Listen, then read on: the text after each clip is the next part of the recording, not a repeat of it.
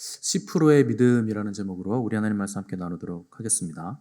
추수감사절이 오면 제가 고민이 많습니다. 사실 그 평소 주일에는 우리가 강해 설교를 하기 때문에 순서대로 그냥 하면 되거든요. 근데 이제 절기가 돌아오면 절기 설교를 해야 되니까 이게 참 어렵습니다. 벌써 우리가 5번째 제가 여기서 맡는 추수감사 주일인데 똑같은 설교를 할 수도 없고 도대체 뭘 해야 되는 것인가? 이게 고민이 많아요. 그래서 추수감사절 설교를 준비하면서 이런 설교를 해봤어요. 만일 우리가 하나님을 믿지 않는다면 감사를 어떻게 표현할까? 여러분 감사한 일이 있잖아요. 그래서 아침에 일어나면 하나님 좋은 날씨 주셔서 감사합니다. 뭐 좋은 일 있으면 와 이런 일 생기게 해주셔서 감사합니다. 몸이 아프다가 병이 나면 하나님 건강 주셔서 감사합니다. 뭐 여러 가지 감사가 있지 않겠습니까? 우리는 이제 하나님을 믿으니까 당연히 감사한 마음이 들면 하나님이라는 대상이 있기 때문에 하나님께 감사를 하는 거죠. 또 축하할 일이 생기면 먼저 하나님께 감사하고 너무 감사합니다. 또 축하드립니다. 저도 너무 좋습니다. 이렇게 서로 감사를 나누고 기쁨을 나누는데 근데 우리가 하나님을 믿지 않는다면 여러분 감사를 어떻게 표현하시겠습니까? 되게 이럴 거예요. 아침에 일어났을 때 날씨가 좋으면 얼씨구 웬일로 날씨가 좋아? 웬일이야? 뭐 이런 식으로 표현하지 않겠어요? 감사할 대상이 없잖아요. 뭐 승진을 하거나 합격을 딱 하면 우리는 하나님 승진하게 해주셔서 감사합니다. 다 하나님 은혜입니다. 이렇게 하는데 하나님이 없으면 어떻게 하겠습니까? 역시 나야. 역시 나는 승진할 자격이 있는 사람이야. 역시 실력이 있어. 좋았어. 쭉쭉 나가는 거야. 뭐 이렇게 하겠죠. 감사의 대상이 있다. 감사의 대상이 없다 하는 건 엄청난 차이가 있는 거예요. 삶의 태도에서부터 이게 엄청난 차이가 생기는 겁니다. 만약에 감사할 대상이 없다면 모든 일상은 다 우연이에요.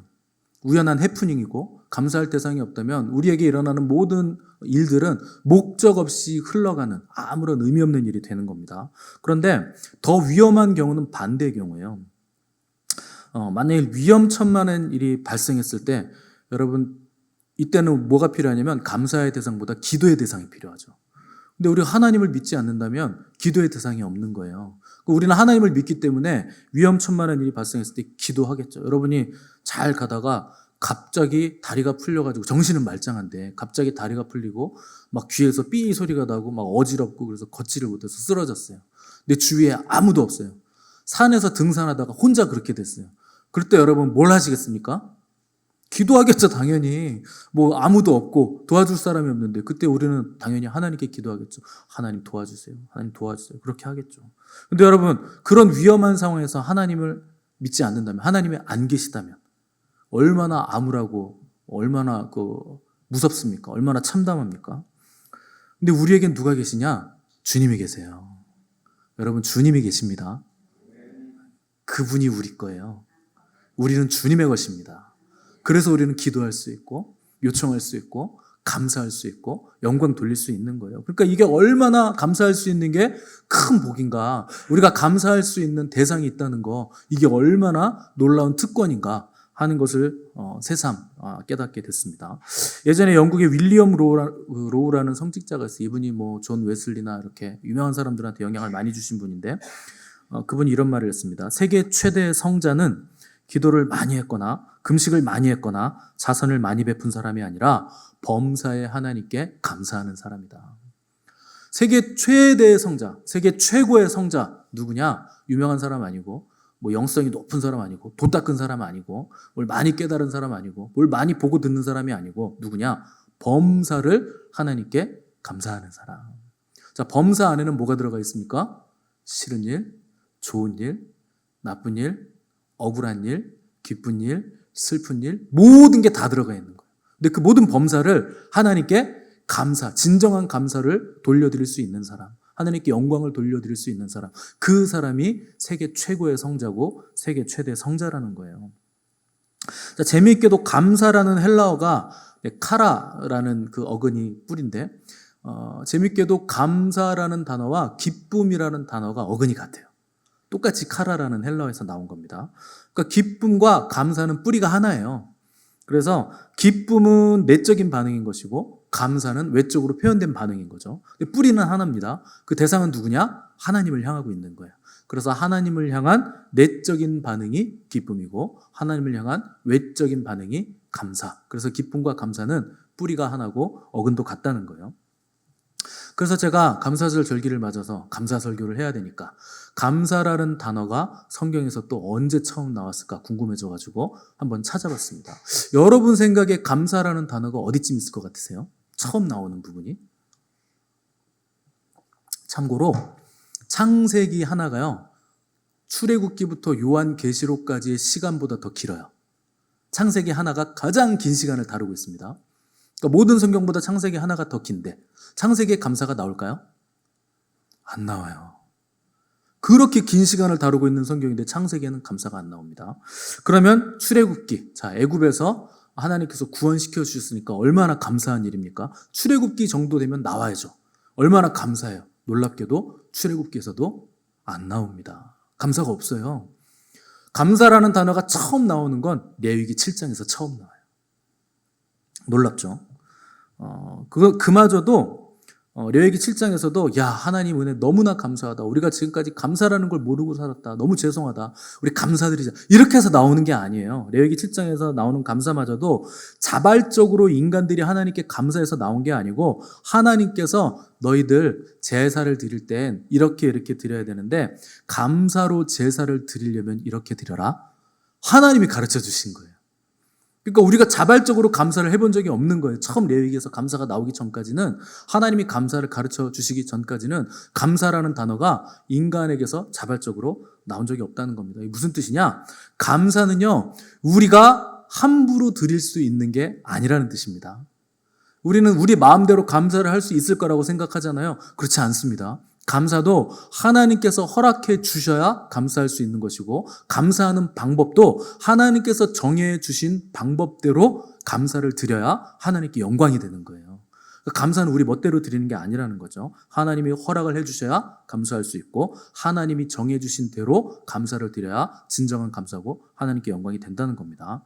자, 오늘 장막절에 우리가 함께 모여서 풍성한 결실을 주신 하나님께 감사하는 절기로 지키고 있는데, 이 절기가 있기 때문에 우리가 하나님께 감사할 수 있는 거예요. 이 절기가 없다면 우리가 감사를 못하는 거죠. 사실 다른 교회는 11월 셋째 주에 추수감사주일을 드리죠. 전통적으로 그렇게 드리는데 사실 그건 성경적인 절기가 아니고 미국 사람들이 만든 절기예요. 땡스기빙 데이는.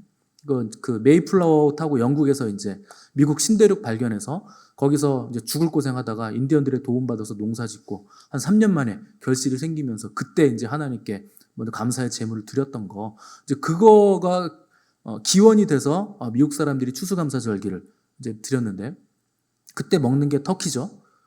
그 칠면조. 그건 근데 성경에 칠면조 먹으라고 돼 있습니까?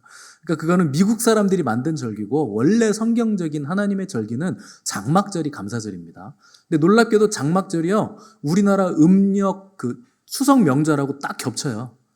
그래서 우리 이번 주에 추석 보냈죠. 그때가 장막절 주간입니다. 그러니까 그때 절기가 사실은 정확한 성경적인 추수감사절 절기인 거죠. 그래서 저희는 이제 장막절 즈음에서 추수감사절을 통합해서 오늘 우리가 드리고 있는 겁니다. 그러니까 하나님이 정해주신 대로, 그리고 하나님이 허락하신 감사를 오늘 우리가 하나님께 드리는 거예요. 그러니까 오늘 우리가 드리는 감사 예배는 하나님의 백성들만이 드릴 수 있는 특권이다. 하나님이 허락해 주신 감사라 하는 것을 기억하시기 바랍니다. 우리 그런 의미에서 감사로 제사 드리는 자가 기쁘게 우리 하나님께 한번 찬양 드리겠습니다. 박수하시면서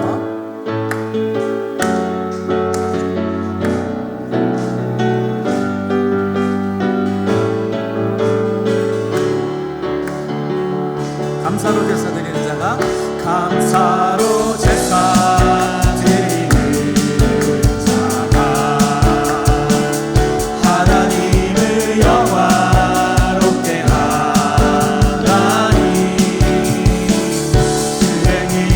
옳게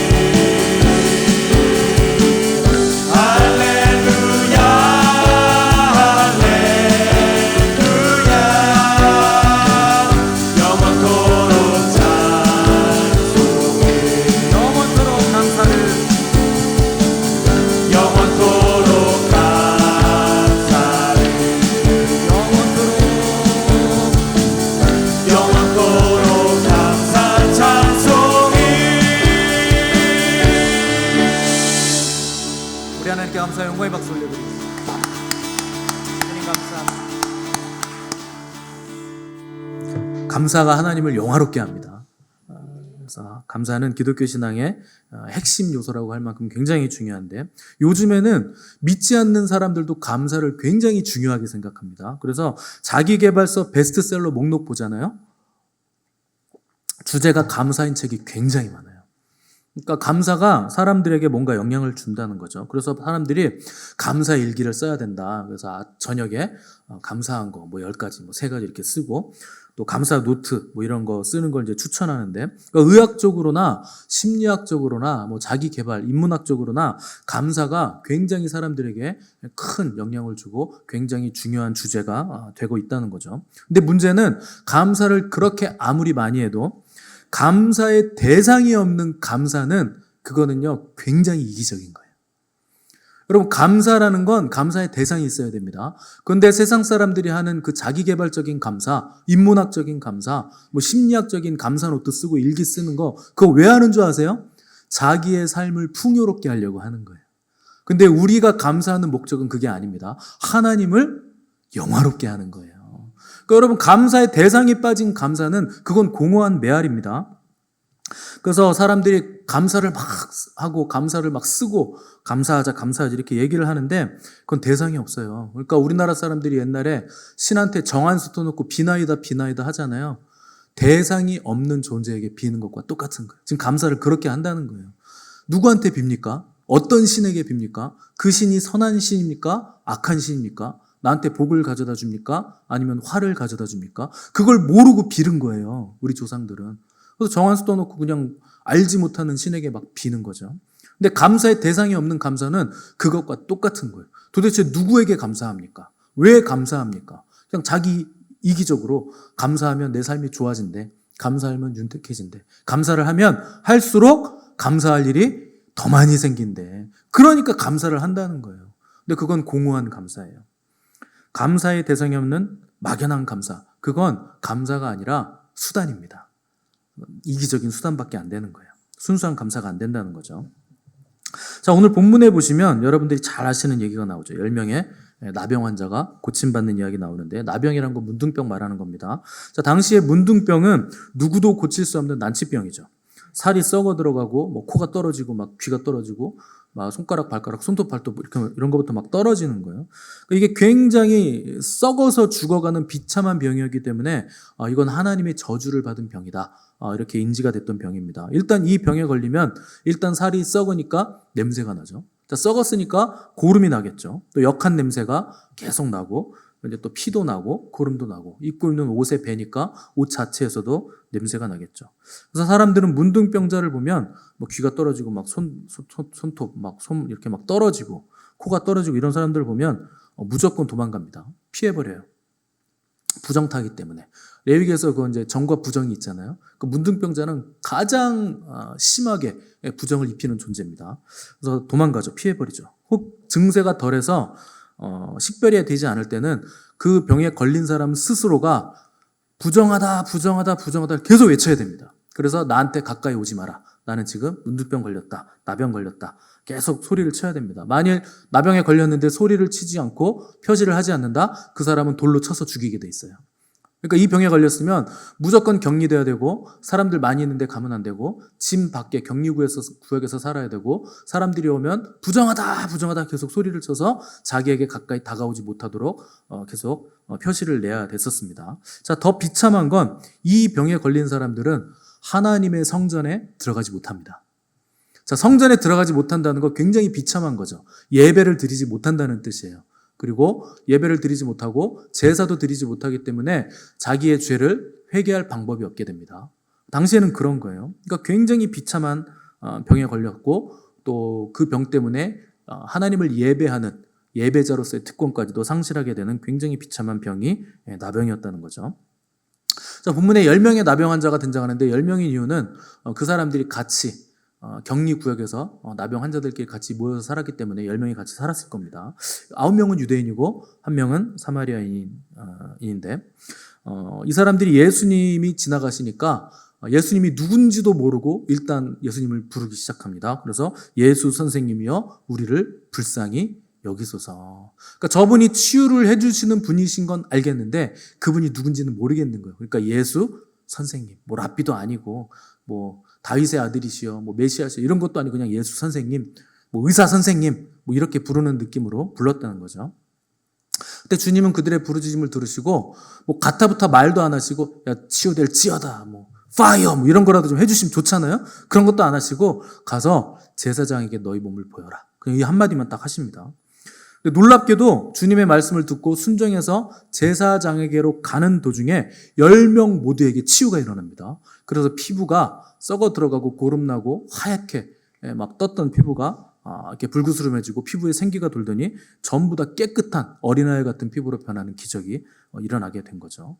얼마나 놀랍고 신기한 일입니까? 또 얼마나 감사하고 신나는 일입니까? 정상이 됐잖아요. 근데 문제는 10명이 나왔는데 9명은 코빼기도 보이지 않고 딱 한 명만, 그것도 유대인들이 개처럼 여기는 사마리아 사람 딱 한 명만 돌아와서 하나님께 영광을 돌리고 찬양하면서 막 달려와서 예수님께 와서 넙죽 엎드려서 예배하고 경배하면서 예수님께 감사를 표했다는 거예요. 자, 이 사건 자체의 경중으로 보면 당연히 10명 모두가 감사를 드려야 되는 거죠. 그런데 9명은 감사하러 오지 않고 딱 한 명만 주님 앞에 감사하러 왔다는 거예요. 이해는 되죠. 아마 어떤 사람은 병이 나았으니까 가다가 나았으니까 이거 제사장에게 보이라 그랬잖아요. 그러니까 먼저 제사장에게 보여야 된다 하는 생각으로 제사장에게 간 사람도 있겠죠. 근데 또 냄새도 나고 고름에 쩔어 있고 피도 막 젖어 있으니까 낫긴 낫는데 내가 집에 가서 먼저 가족들과 인사하고 샤워도 좀 하고 옷도 깨끗하게 갈아입고 내가 제사장에게 가는데 감히 이렇게 지저분하고 냄새나는 물걸로 갈 수는 없는 거 아니냐 이런 생각을 해서 옷 갈아입으러 집에 가신 분도 있을 것이고 또 샤워하러 집에 간 사람도 있을 것이고 또 너무나 오랜만에 가족들과 상봉 사무치게 그리운 내 자식들 내 여우 같은 내 아내 보고 싶어서 집에 먼저 간 사람도 있을 겁니다. 또 어떤 사람은 한번 나병에 걸렸으니까 주위 사람들이 다 알 것이고 또 이 나병의 유전 형질이 내 자녀에게도 있지 않을까 또 걱정도 됐을 거예요. 주변 사람들이 또 싫어할 수도 있으니까 가자마자 우리 다른 지역으로 우리를 알아보지 못하는 지역으로 이사 가서 살아야 되겠다. 뭐 이렇게 생각해서 이사를 간 사람도 있을 수 있겠죠.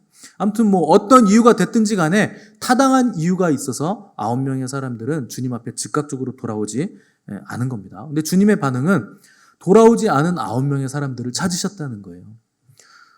한 명이 돌아와서 주님께 절하니까 주님이 너희들 10명이 다 낫지 않았느냐? 분명히 10명이 다 나왔는데 그런데 나머지 9은 어디에 있느냐? 이 이방인 외에는 하나님께 영광을 돌리러 온 자가 없는 것이냐 하시면서 굉장히 섭섭한 반응을 보이셨다는 거예요. 아니 어떻게 그렇게 엄청나게 큰 선물을 받았는데 나병이라는 거 문둥병이라는 게 그게 쉬운 병이 아닙니다. 지금이야 치료가 되지만 이 당시에는 불치병이에요. 그래서 나아만이 이스라엘 왕에게 너희 선지자 있다며 내가 나병에 걸렸는데 이거 치유받으러 갈 거야 했을 때 그 왕이요 자기 옷을 찢습니다. 내가 하나님이냐? 왜 우리나라에 와서 나병을 고치려고 하냐? 그게 무슨 뜻이냐? 나병은 걸리면 나을 수가 없다는 뜻이에요. 근데 이스라엘로 나병 고치러 온다니까 왕이 이건 분명히 무슨 음모가 있다. 우리를 쳐들어오려고 저러는 거 아니냐? 저 장군이. 그러면서 자기 옷을 찢으면서 화를 내는 걸 볼 수 있죠. 그만큼 이거는 불치병이고 굉장히 어려운 병인데 10명이나 나은 거예요. 그러니까 이거 당연히 주님께 돌아왔어야 된다는 거죠. 그 엄청난 선물을 받고도 어떻게 감사하러 오는 사람이 사마리아 사람 한 명밖에 없는가? 나머지 유대인들 9명은 어디 갔는가? 하는 것이 주님의 반응인 거죠. 여러분은 어떠십니까? 여러분들 주님이 주신 거 많이 누리시죠? 감사, 기쁨 굉장히 많으시죠? 근데 여러분 그걸 누리실 때 감사하고 기쁘고 즐거워하고 마십니까? 아니면 즉각적으로 주님께 감사하고 영광을 돌리십니까? 일단 우리끼리 기뻐하고 나중에 주님께 감사 돌리자. 뭐 나중에 주님께 헌금 드리자. 뭐 이런 식으로 하시나요? 여러분 우리가 어떤 일이 일어났을 때 즉시로 하나님께 영광을 돌리고 감사하지 않으면 그 일은요 그냥 한 번의 이벤트로 끝납니다. 그래서 여러분 목양실에 들어오셔서 기도 받으시고 치유가 일어나고 여러 가지 일들이 일어나면 제가 여러분들한테 요청하는 거 있죠. 딱 하나입니다. 하나님께 영광 한번 해주세요. 하나님께 영광 돌려드려 주세요. 이걸 반드시 해야 되는 거예요. 그걸 안 하고 가시면 그 영광 누가 받습니까? 제가 받은 거예요. 뭐 기도한 제가 영광을 훔친 거죠.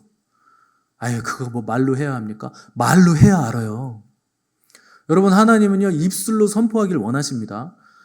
제 마음에 있어요. 하나님께 영광 돌리는 마음, 하나님께 감사하는 마음, 제 마음에 있다니까요. 그건 여러분의 마음 안에만 있잖아요. 입술로 고백을 하셔야 됩니다. 표현을 하지 않으면 하나님께 영광이 안 돼요. 그래서 감사를 할 때는요, 그 일이 일어났을 때 즉각적으로 감사하셔야 되고, 하나님께 영광을 돌릴 때도 그 일이 일어났을 때 즉각적으로 하나님께 영광을 올려드려야 됩니다. 그렇지 않으면 우리는요, 선물을 즐기느라 선물 주신 분을 잃어버려요. 잊어버립니다. 굉장히 그러기가 쉬운 존재들이에요. 그래서 감사는요, 의지적으로 해야 되는 것이고, 연습해야 되는 것이고, 감사하는 습관을 계속 갖고 나가야 되는 겁니다.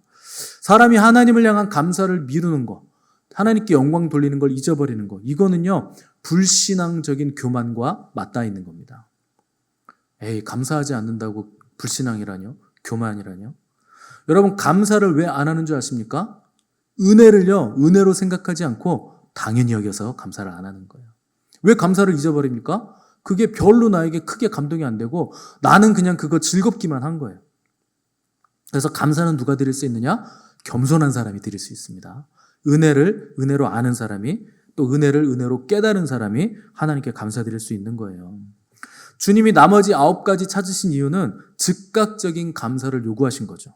근데 9명의 나병 환자들은 각자 자기 소견대로, 자기 생각대로 먼저 해야 될 일이 있다고 판단을 한 거죠. 일단 좀 씻고 드리자. 옷이라도 갈아입고 드리자. 제사장에게 먼저 검사받고 드리자. 각자의 이유는 다 있습니다. 근데 여러분, 하나님께 감사드릴 때는요, 옷이 더러워도 상관없어요. 냄새나도 상관없어요.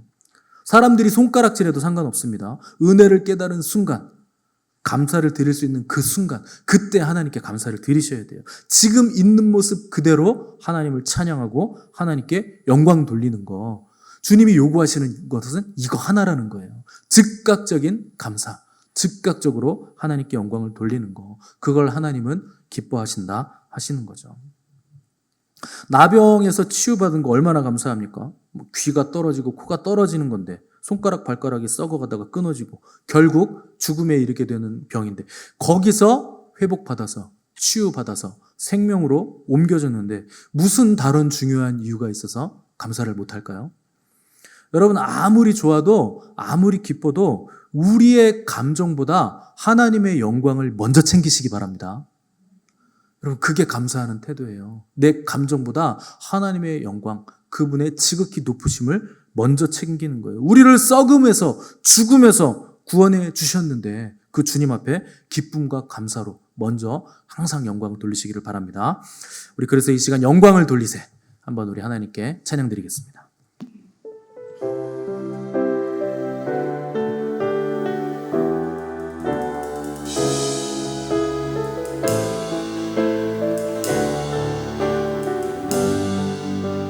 영광을 돌리세.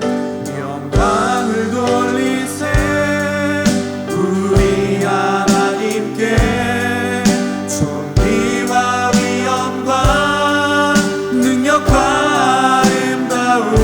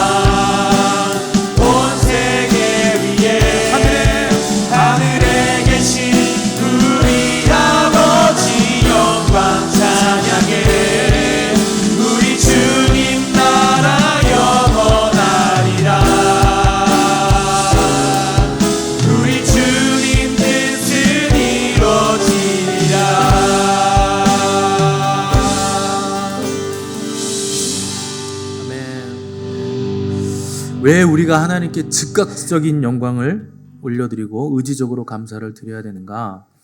감사에는 능력이 있습니다. 어떤 능력이 있느냐?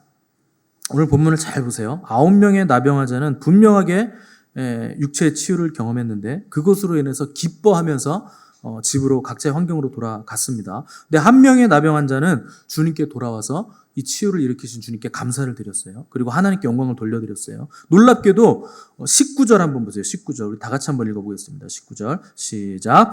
그에게 이르시되 일어나 가라 내 믿음이 너를 구원하였느니라 하시더라. 아멘.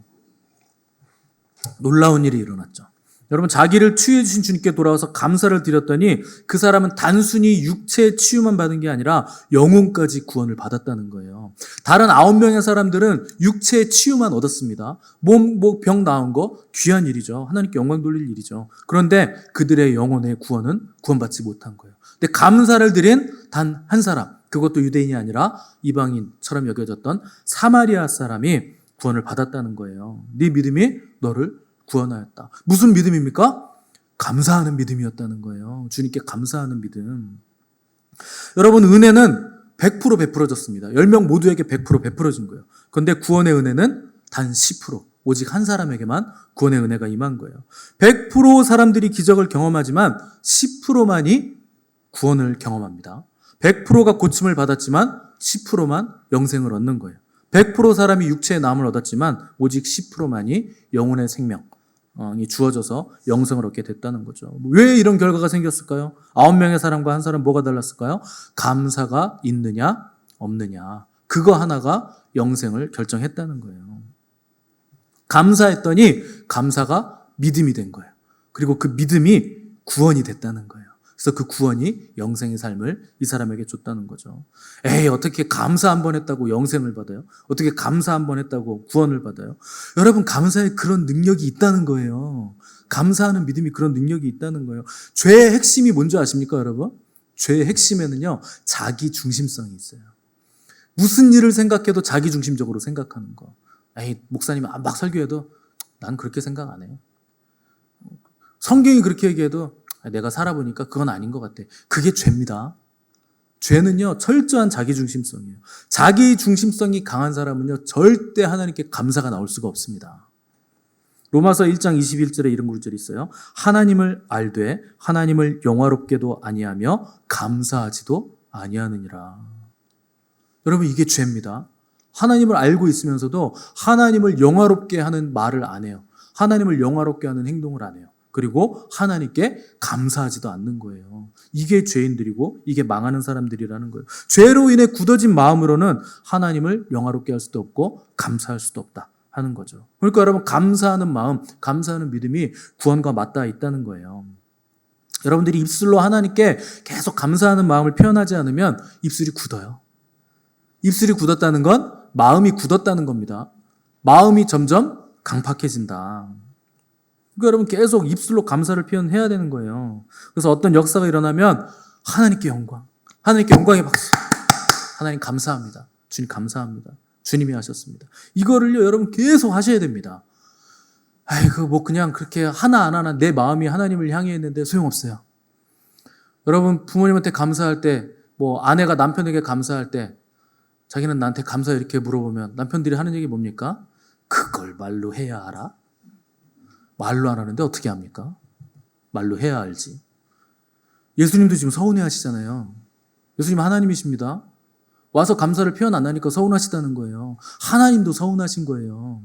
우리 하나님은 질투하십니다. 서운해 하십니다. 그게 사랑이에요. 내가 사랑하는 존재를 질투하는 거. 질투와 사랑은 같은 거거든요.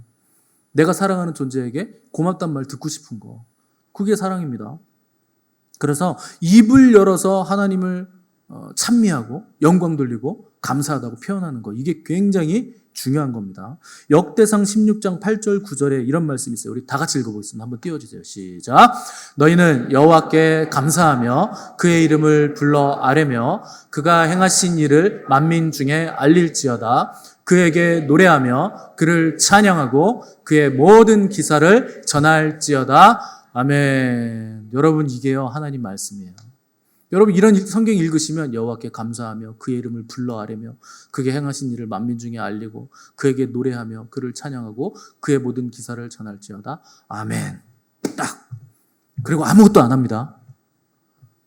아무것도 안 해요. 감사도 안 해요. 여호와의 이름을 부르지도 않아요. 그 행하신 일을 만민 중에 알리지도 않아요. 그분을 노래하지도 않아요. 찬양하지도 않아요. 그분이 행하신 기사를 전하지도 않아요.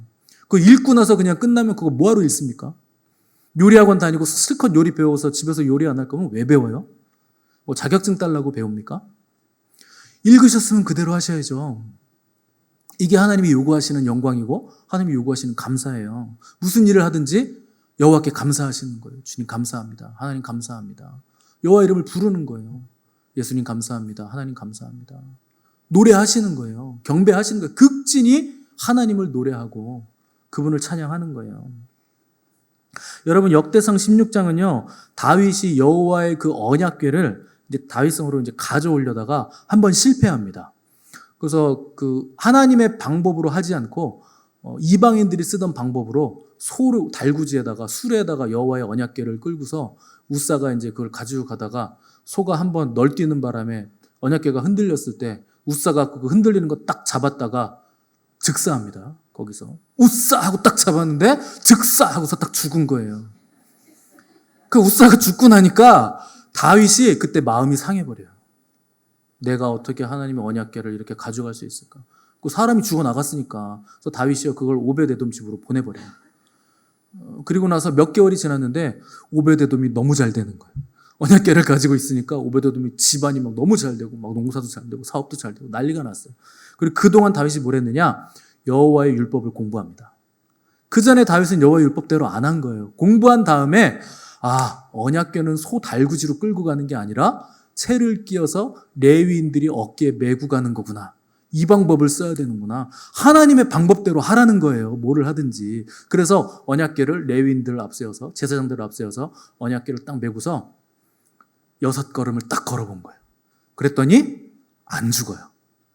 그래서 다윗이 전승에 의하면 6걸음마다 한 번씩 번제를 드렸다 그랬어요.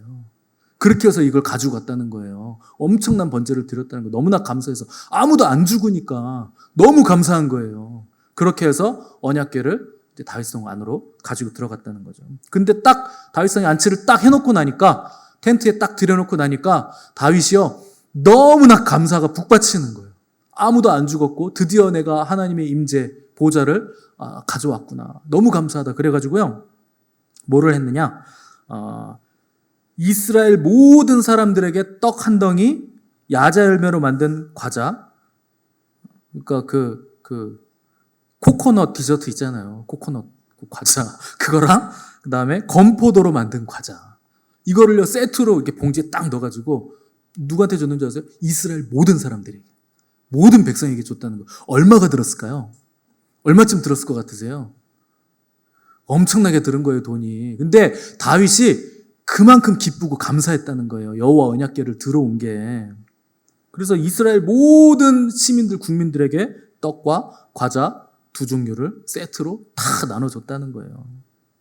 얼마가 들었을까요? 알 수 없죠. 어마어마한 금액이 들었을 겁니다. 오늘 우리가 추수감사주일 절기를 기념하면서 우리 교회 밥 먹잖아요. 우리는 뭐 50명밖에 안 되니까 얼마 안 들어요. 근데 다윗은 전 국민에게 떡과 과자 2종류 세트를 줬다. 그만큼 다윗이 너무나 기뻤다는 거예요. 너무나 감사했다는 거예요. 여러분 이것이 믿음을 가진 사람들이 감사를 표현하는 방법입니다. 그래서 역대상 이 9절에 내내 다윗이 이제 언약궤를 가져 들어오는 거 얼마나 기뻤는지, 그리고 나서 찬양하는 내용이 지금 이렇게 나온 거예요. 언약궤 들어오고 나서 너희는 여호와께 감사하며 그의 이름을 불러 아뢰며 그가 행하신 일을 만민 중에 알릴지어다. 그에게 노래하고 그를 찬양하고 그의 모든 기사를 전할지어다. 하나님의 언약궤가 들어온 것만으로도 너무나 기쁘고 감사하다. 우리는요 감사한 일이 생기면 기뻐하고 웃고 즐거워하고 그냥 끝납니다. 근데 이스라엘 사람들은요 감사한 일이 생기면 뭐하냐? 제사를 드려요. 하나님께 감사의 제사를 드립니다. 그래서 감사로 제사 드리는 자가, 우리 찬양했잖아요. 감사로 제사를 드린다는 거예요. 그게 하나님이 너희들이 나에게 감사할 때는 제사를 드려라. 레위기 7장에 감사라는 단어가 처음 나왔을 때 그렇게 되어 있기 때문에 이스라엘 사람들은 감사한 일이 생기면 하나님께 제사를 드렸다는 거예요. 그리고 찬양을 드렸다는 거예요. 나만 기분 좋고 끝나는 게 아닌 거예요. 하나님께 드릴 거 드려야 된다. 그래서 감사는요, 우리만 기뻐하고 끝나버릴 성질의 것이 아니라 감사 자체가 하나님을 영화롭게 하고 기쁘시게 하는 제사가 되게 여러분들이 감사를 드리셔야 됩니다. 우리에게는 감사가요, 무한한 능력이고 믿음으로 나아가는 놀라운 길이고 영생의 증거가 되기 때문에 우리가 하나님께 감사로 제사를 드리고 우리 또한 감사로 우리의 믿음을 더욱더 키워나가야 된다는 거죠. 그러니까 이게 감사의 힘인 거예요. 때문에 감사는 우리가 감사할 일이 있을 때만 감사하는 게 아니라 늘 하는 거예요. 모든 환경 속에서, 모든 상황 속에서 하나님께 감사하는 거예요. 모든 환경, 모든 상황에서 모든 일한 그야말로 모든 일. 우리 생각에는 이게 아픈 일일 수 있겠죠. 슬픈 일일 수 있겠죠. 나쁜 일일 수 있겠죠. 그래도 감사하셔야 돼요. 왜냐하면 이 모든 상황을 우리 주님이 다 아시고 계시기 때문에. 주님이 계시기 때문에. 그래서 감사할 수 있는 거예요. 세상이 망해 없어져도요, 주님이 계세요. 그러면 감사가 되는 거예요. 상황이 어떠하든지, 환경이 어떠하든지 상관없이. 나를 구원하신 하나님의 은혜가 너무나 크고 감사하기 때문에, 기쁘기 때문에 이걸 구체적으로 선포하는 자리까지 모든 환경 가운데서 우리가 나아갈 수 있어야 한다는 겁니다. 다니엘서를 보시면 그리스도인의 감사가 어떤 것인가 하는 걸 정확히 알 수 있죠. 다니엘은 그때 왕이 조서를 내려서 누구든지 다른 신에게 기도하는 자는 사자굴에 넣겠다.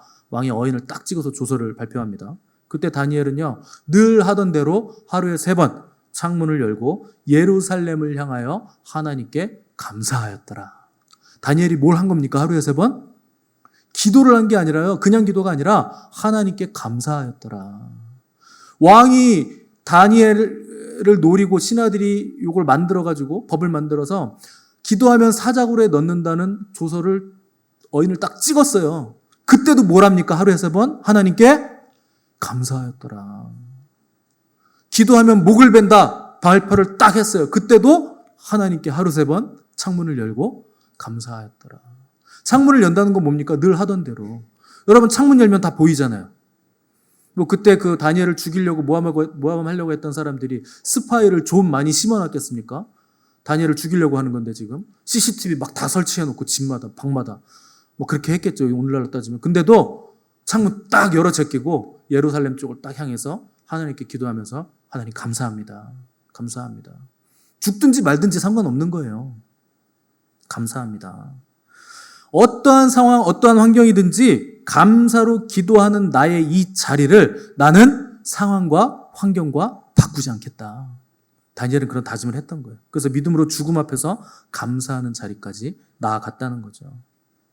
여러분, 감사할 일이 있어서 감사하고 기뻐할 일이 있어서 기뻐하는 건 누구도 할 수 있어요. 누구든지 할 수 있어요.